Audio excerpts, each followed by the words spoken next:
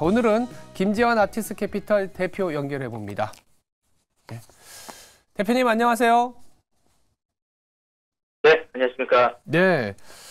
오늘 시장은 좀 회복하고 있지만 사실 어제 미증시는 급작스러운 하락세, 변동성을 보였습니다. 그 중심에 페덱스의 부정적인 실적 전망이 있었다고 하는데요. 어떻게 보셨나요?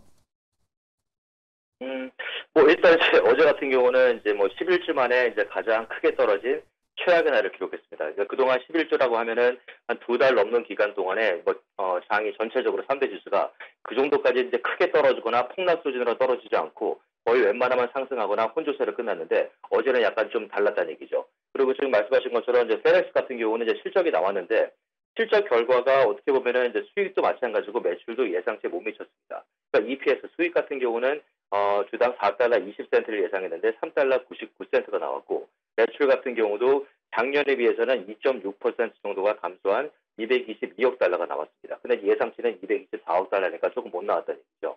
근데 거기다 더해서 일단 페덱스가 어저께 같은 경우는 15개월 만에 가장 크게 떨어진 이제 최악의 날을 기록했는데 이 정도까지 떨어진 이유 중에 하나가 이제 올해 총 수익과 매출 전망을 모두 낮췄습니다. 예를 들어서 매출 같은 경우가 원래 기존에 봤을 때는 이제 올해 총 매출이 그러니까 수익이 18달러 19센트를 예상했는데 17달러에서 18달러 50센트가 나온다고 했으니까 좀 낮춘 거고 또 그리고 매출 같은 경우도 이제 한 자릿수로 좀 감소할 것 같다 이런 식으로 경고를 해버리면서는 전체적으로 이제 주식 가격이 이제 크게 떨어졌다는 얘기죠. 근데 그럼에도 불구하고 어떻게 보면은 페덱스 같은 경우는 지금 이제 비용 절감 프로그램으로 이제 매출 하락을 완화시킨 건 있습니다. 그 대신에 뭐냐면은 이게 비용 절감이 장기적으로 유지하기가 좀 힘들다는 얘기죠. 그렇기 때문에 전체적으로 봤을 때는 이게 딜리버리 패키지 발륨 같은 것들도 좀 많이 줄어들고 했기 때문에 페덱스가 아직 어떻게 보면은 약간 고전을 면치 못한다 이런 식으로 약간 볼 수 있는 거지만 전체적인 이 페덱스를 두고 투자 등급, 애널리스트의 투자 등급 같은 경우는 전체적으로 한 20개 정도 회사가 이 페덱스를 커버하는데 그 중에서 이제 16개 정도 회사가 이제 페덱스를 바이 레이팅을 주고 있습니다. 그리고 홀드 레이팅을 주는 회사는 4개 정도고 그리고 팔아라 하는 셀 레이팅 같은 경우는 제로예요. 그러면 결과적으로 뭐냐면은 레이팅 중에서 80%를 이제 사라는 의견을 주고 있다는 얘기죠. 그리고 이제 어떻게 보면은 어제 페덱스가 아까 말씀드린 것처럼 15개월 만에 가장 크게 떨어졌음에도 불구하고 올해 들어서는 여전히 47%가 폭등한 상태입니다. 그러면 주식 가격으로 봤을 때는 상당히 올라가 있다는 상태죠. 그리고 이제 어떻게 보면 UPS, 페덱스의 경쟁사는 UPS입니다. 그럼 특히 이제 미국에서는 이 딜리버리 서비스를 봤을 때는 페덱스, UPS, 그다음에 아마존 이런 것들 빼고는 거의 없습니다. 그렇기 때문에 지금 좀 활발하게 되는 거가 페덱스 아니면 UPS인데 지금 UPS 같은 경우가 이 주식 가격은 10월 말에 3년 최저치를 찍고 나서 반등했음에도 불구하고 UPS는 올해 들어서 6.4%가 하락해 있는 상태입니다. 그럼 페덱스가 지금 47%, 48%가 폭등한 거라는 엄청난 차이를 보이는 거죠. 네. 시장이 어제의 변동성에 비해서 오늘 하루 만에 좀 반등세가 나오긴 하지만 그동안 워낙 강했던 랠리로 인해서 고점에 대한 부담도 여전한 상황입니다. 이러다 보니까 다음 주에 좀 유념해야 될 요인, 더불어서 주목하면 좋은 종목까지 짚어주시죠. 일단 이제 보면은 지금 이제 지난 8월 달부터 10월 달까지 3개월 동안의 장은 폭락을 거듭했습니다. 또 엄청나게 크게 떨어지면서는 몇 년 만에 가장 크게 떨어진 이제 최악의 3개월을 보낸 다음에 11월 초부터 정확하게 11월 초부터 시작해서 현재까지 7년 만에 7주 연속 상승한 주로 마감했습니다.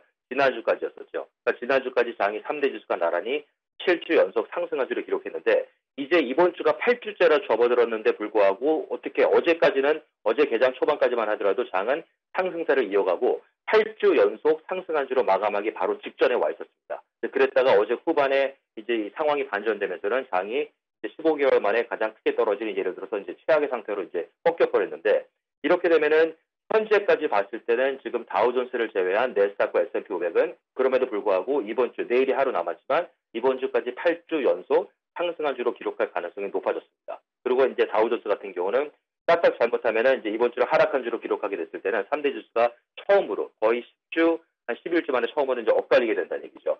그리고 어떻게 보면은 다우존스가 이제 어제 같은 경우도 하이를 쳤을 때가 8일 연속 다우존스는 사상 최고치를 경신했습니다. 그러니까 매일마다 사상 최고치를 갈아치웠다는 얘기인데 특히 이제 S&P 500 같은 경우는 2022년도 1월 달 사상 최고치를 비교했을 때 비교하면은 0.8%가 모자란 상태입니다. 그러니까 0.8% 하락한 지점까지 이제 복구를 한 거고 또 반면에 내스닥 같은 경우는 2021년 11월 달에 사상 최고치와 비교했을 때는 여전히 7% 정도가 폭락해 있는 상태입니다. 그리고 다우존스 같은 경우는 2021년 1월 달 사상 최고치와 비교했을 때는 1.8%가 더 올라가 있는 상태라는 얘기죠. 그러면 다우존스만 유독 사상 최고치를 계속 경신하고 있는 거고, 내스닥하고 이제 S&P는 거의 근접해 있는 상태고, 내스닥은 아직까지 좀 갈 길이 멀다는 얘기입니다.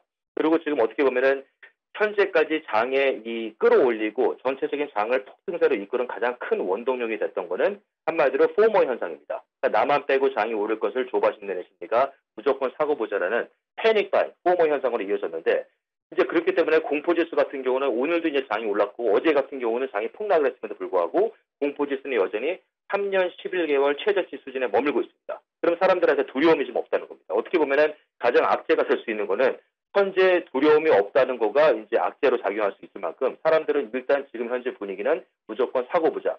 그리고 장이 잠시 뭐 주춤하거나 숨고기를 할지언정 이번 달 연말까지 이제 다음 주까지 계속 연결되면서 이제 산타클로스 랠리까지 연결될 수 있을 거라는 기대감이 상당히 증폭해 있는 상태죠. 그리고 지금 이제 특히 두드러지는 것 같은 경우는 아마 이 중소형 주식들 그동안에 이 매그니피센트 7을 비롯해서 초대형 기술주들이 반등을 이어왔고 반등을 주도했다고 하면은 중소형 주식들은 따라오지 못했습니다. 항상 뒤쳐져 있었는데 지금 그러한 중소형 주식들이 8주째 상승세, 반등세를 이어가고 있다는 얘기죠. 그리고 상당히 이제 두드러지게 올랐다는 얘기인데 어제 러셀 2000 중소형 주식의 지수죠. 러셀 2000 지수 같은 경우가 어제 20개월 최고치를 돌파했습니다. 그렇게 되면서는 지금 러셀 2000 같은 경우는 올해 들어서 14%를 상승했습니다. 그리고 두 달 전에 3년 최저치를 찍고 난 후부터는 두 달 동안에 23%를 폭등했어요. 바짝 올랐다는 얘기죠. 그러면 지금 그럼에도 불구하고 러셀 2000이 14%를 올랐지만 올해 들어서는 S&P 500 같은 경우는 23%를 폭등해 있는 상태고 다우존스 같은 경우는 12%를 오른 상태고 내스닥은 무려 42%를 폭등해 있는 상태입니다. 그러면 거기에 비해서는 퍼포먼스가 좀 떨어지긴 하는 거지만 뒤늦게 초대형 주식, 중소형 주식 같은 경우도 이제 픽업하기 시작했다는 얘기죠. 그럼 이러한 추세가 관성의 법칙에 따라서 엄청난 에너지가 있지 않는 이상은 유지될 가능성이 좀 높다고 보는 겁니다. 그리고 다음 주 같은 경우는 이제 어닝 시즌이 거의 다 끝났기 때문에 다음 주는 39개 기업이 실적 발표를 하고 아주 투자 심리를 진짜 크게 요동치게 할 만한 경제 지표가 발표되는 건 없습니다. 소비자 신뢰 지수하고 잠정 주택 판매는 끝나지만 오히려 1월 초에 발표되는 ADP 민간 고용이나 비농업 부분 실업률 뭐 이런 것들 고용 지표가 또 마찬가지로 투자 심리를 움직일 수 있는 이제 큰 요소가 될 수 있다는 얘기죠. 네, 알겠습니다. 지금까지 김재환 아티스캐피탈 대표였습니다. 감사합니다.